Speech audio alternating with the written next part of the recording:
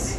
They live in other. Yes, that's it. Yes, the parents have to have some connection to the villages somehow, some way. If it's working in a restaurant that leases the property or that's on the property of the villages, they're eligible. But transportation-wise, the parents bring, right, the parents transport the children. They do not have the bus service like we do. Now, there are some students at the charter school that are eligible for free breakfast and free lunch, but those parents, they have to apply. They probably do it through, I don't know whether they do it individually or they do it through the school. I think, I don't know that. But they have to apply individually, for their students. It's not like our public schools, it's across the board for free breakfast, free lunch. Sally, the only criteria if you live out of Sumter County is that your parent has to work in Sumter County. Your parents have to work. Into the charter with the villages. No, the charters. I mean, work in the villages. They have to work somehow in the villages, some way, somehow. It can go from construction work to, or being a contractor to, being a business owner. Somehow in the villages, they have to be employed somewhere or somehow. And that's all. I mean, I don't know all of the other little details but I do know that. And yes, they come from the 7 surrounding counties. Now, I won't say a reason is that Sumter County has not had the housing for non-village retirees for the commercial end that's growing in the villages. And there could be, and you hear of families that live outside of Sumter County that would love to live in Sumter County because it's a heck of a lot closer to get to their work, but there just haven't been, there just hasn't been the housing. But you can see now that there are more and more developments going up that are non-age restricted. And that's going to be a big benefit, for these families to be able to move closer. Because the charter school is a wonderful school. I mean, it is a A-rated, highly distinguished charter school. It is known all over. And, there are people that if they have a chance to send their child there, they know the education he or she is going to get. So, I mean, they really are a top-notch charter school, and they have been a big benefit to the villages. There's no doubt about that.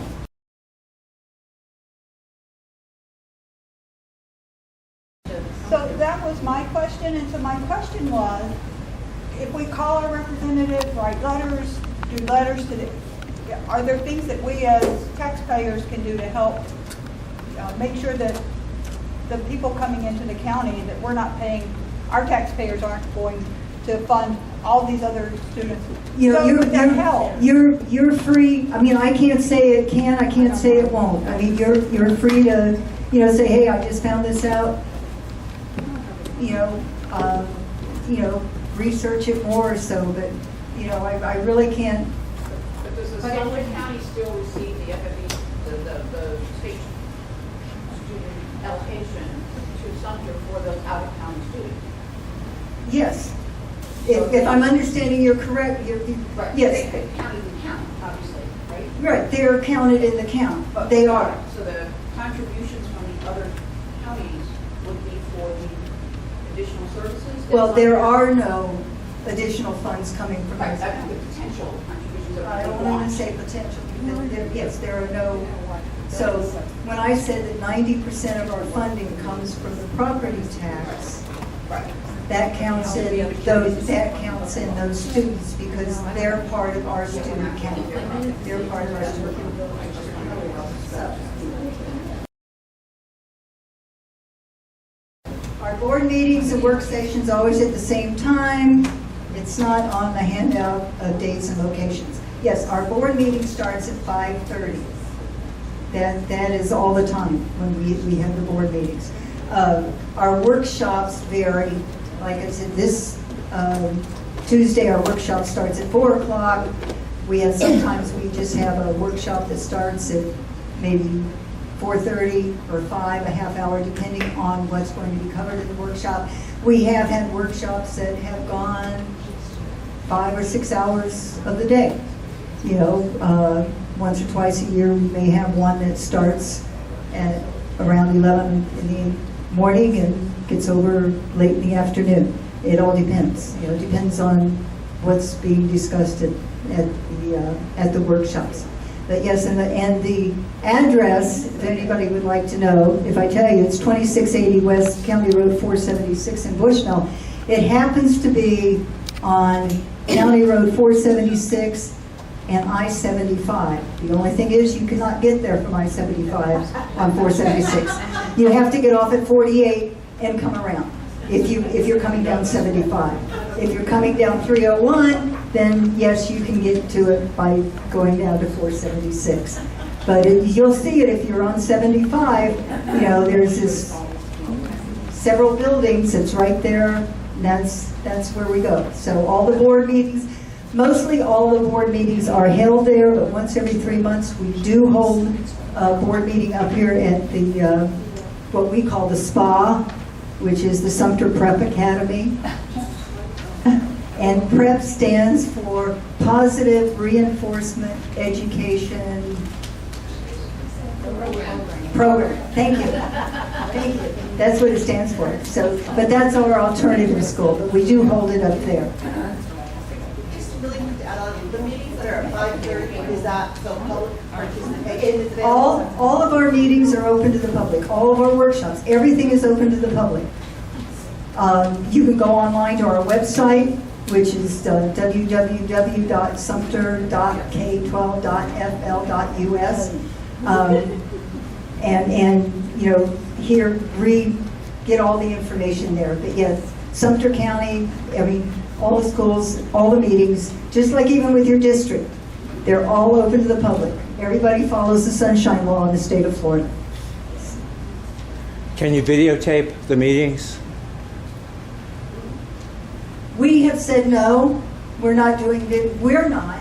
I don't know about somebody else coming in like you and just, you know, holding a camera to us, but we have discussed that about videotaping our meetings. The only thing is the expense that would be involved and the guidelines that we would have to follow in order to do it.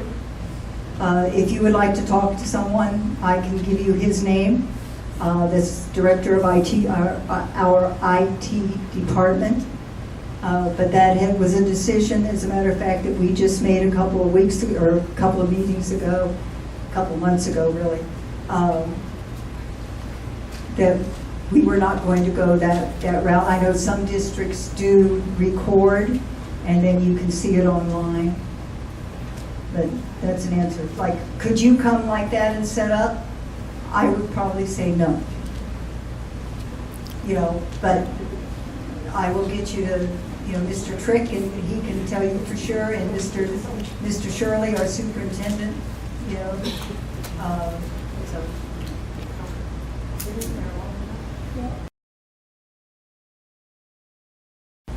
Is there a projected need to build additional school buildings? You mean school buildings in general? Well, do you see the population increasing, and then is there going to be? Well, I don't know what the projected need is, so you hear and read different articles in the paper pertaining on different developments going up that says, oh, this development will bring in 100 more students, or this development will bring in X number of students. I don't know. You know, I don't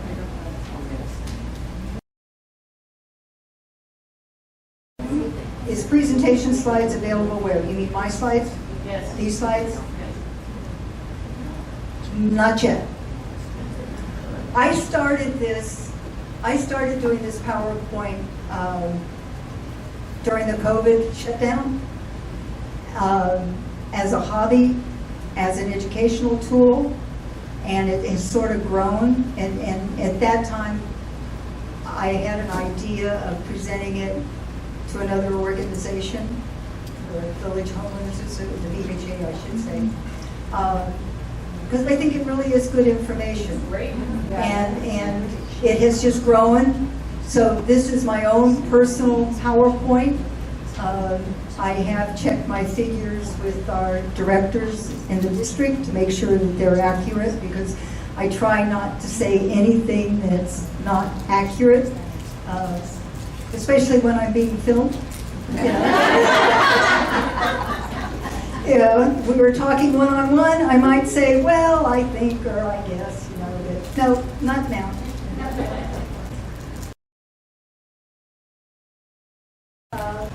How much control does the school board have over the charter school? The school district, we really don't have that much control over them. They have their own board of directors. They set their own curriculum. They set their own hours. They really do their own thing, but they do have to follow state guidelines. And there are certain things that do have to come in front of the school board for approval from the charter school before it goes to state. So it's not like they're sending stuff themselves as far as like audit, things like that. Those all come in front of the school board for What about approval. teacher certification at the charters? That's part of the charter schools, part of their doings. What about the other part of that question?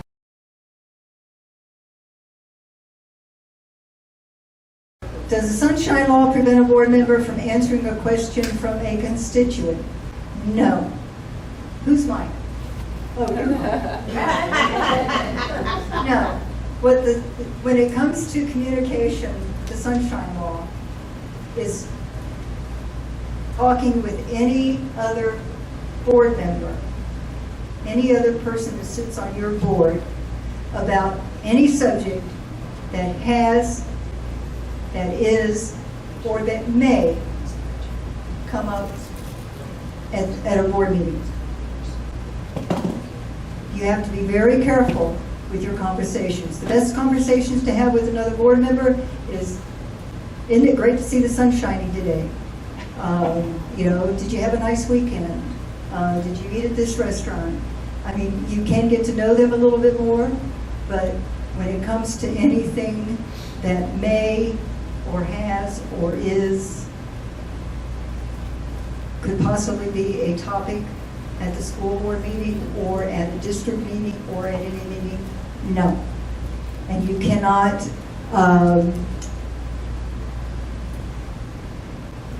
you know, say, well, you know, maybe I'll vote this way, or what do you think about this, or anything like that. No, that is totally, and you not only have to be careful about actually doing it, it's the perception of talking about something. If you saw myself and another school board member, you know, having lunch, which we can do, but you have no idea what we're talking about, you could say, well, it looked like they may have been talking about something that was, you know, about in the meeting that happened. And, you know, you could report that. Well, it'd be, you know. So it's the perception also that every constitutional officer has to think about. And you can't have somebody, okay, well, you go talk to this person and tell them this, and then have them come back to you. So, but yes, as far as a constituent goes, I can talk to you as much as I want to. Can I ask you a question?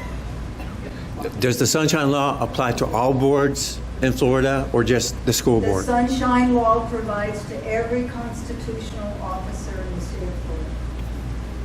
Yes. We have the Florida Sunshine Law. And if you really want to go onto the Florida statutes and read about the Sunshine Law, it's very interesting read. And not that it'll put you to sleep, but it's very interesting to answer them.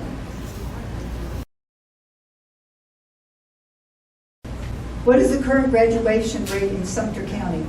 I don't know the exact percentage for our school, but I will find out and let you know. You know what it is. I will tell you that it's pretty close to, I think, what the charter schools graduation rate is. Yeah, but I will find out, and I will let Pat know, and she can pass it out. Yeah, and vote if you put the charter school. I think the charter school is passed, well, okay, I won't say I think. Okay. No, the charter school is not for profit.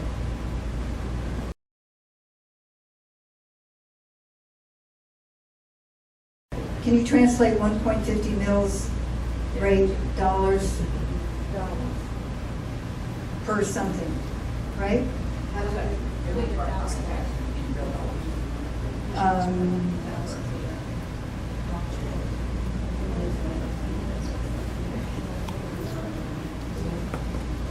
I'll talk to you later.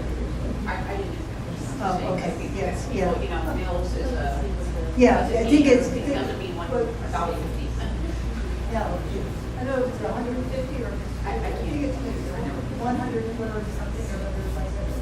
Yeah. Per thousand. Yeah. Okay.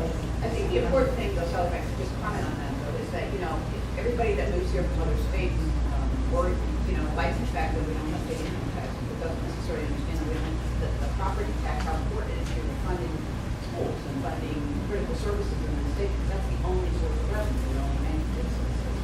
And, you know, I like your description of how obvious that is here in Sumter County, especially. Property tax. And then, you know, we don't have a retirement population, kids aren't in school necessarily. Question, why do I have to pay that? And so on. So I think the most important thing to realize or to understand is that it's the Florida legislature that regulates the amount that we can levy. That's it. You know, this is what you have to levy. This is it, and it's based on the county. And the 150 is the only thing that we have, you know, a say-so in. But when you look on your property tax bill, you'll see it all right up there, you know, at the top. You know, look, stay tuned for the fall of the year. You'll see it in the Daily Sun, the big spread for the 1.50 or for, you know, all the school board levies. So, I mean, that has to be publicized. We hold a public hearing on it. You know, but our school board meetings, if any of you want to come down, you're more than welcome.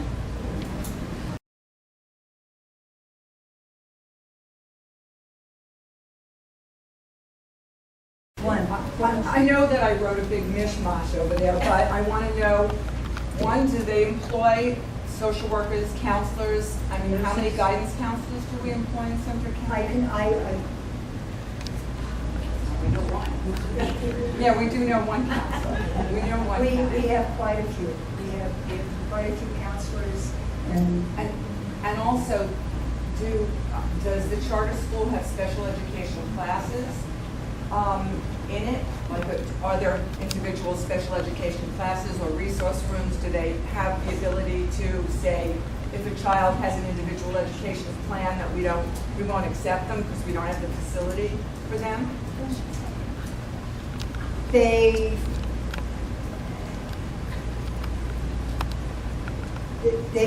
do accept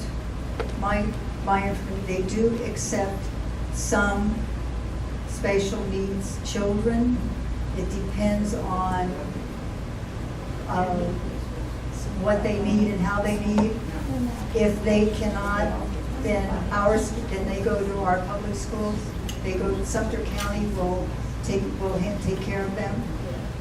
We will give them that education.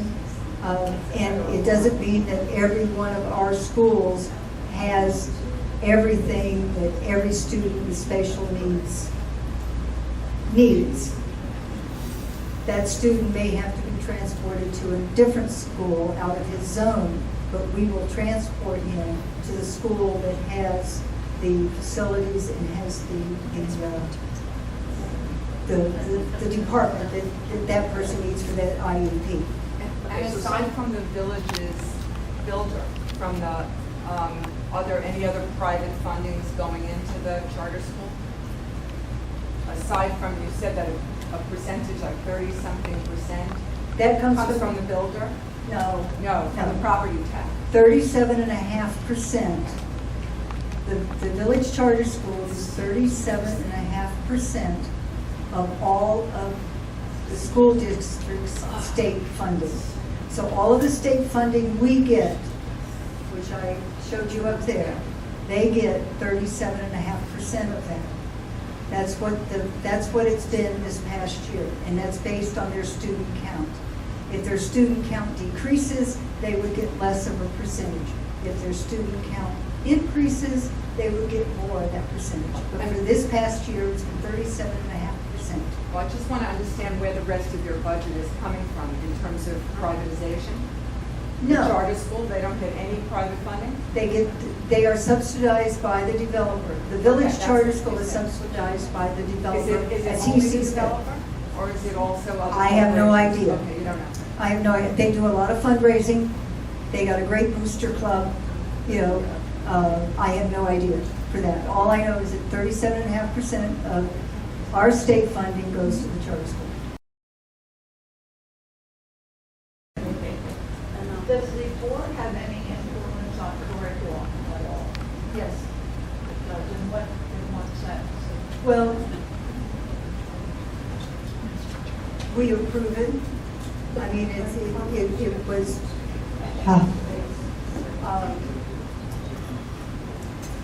we just did a survey this past, I guess it was a few months ago. It went out to all the parents, the stakeholders, the teachers, administrators on curriculum, new books, that would be utilized. So that's it there. As far as the curriculum goes, subjects and all that, I would say no. So it was basically just the textbooks that you approved of.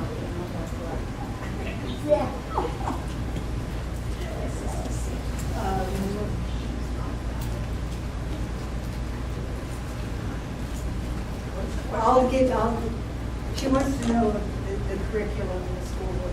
I will get you the exact answer that you're looking for via Pat.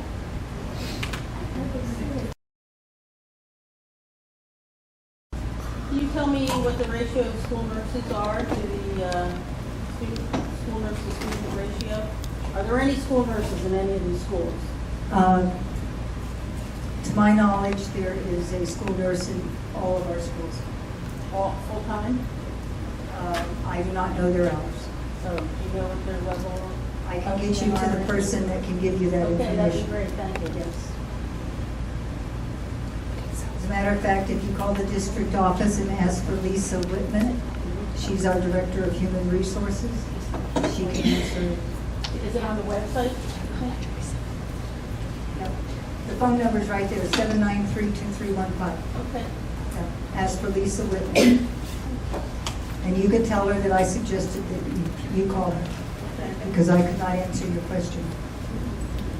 Well, Sally, I want to thank you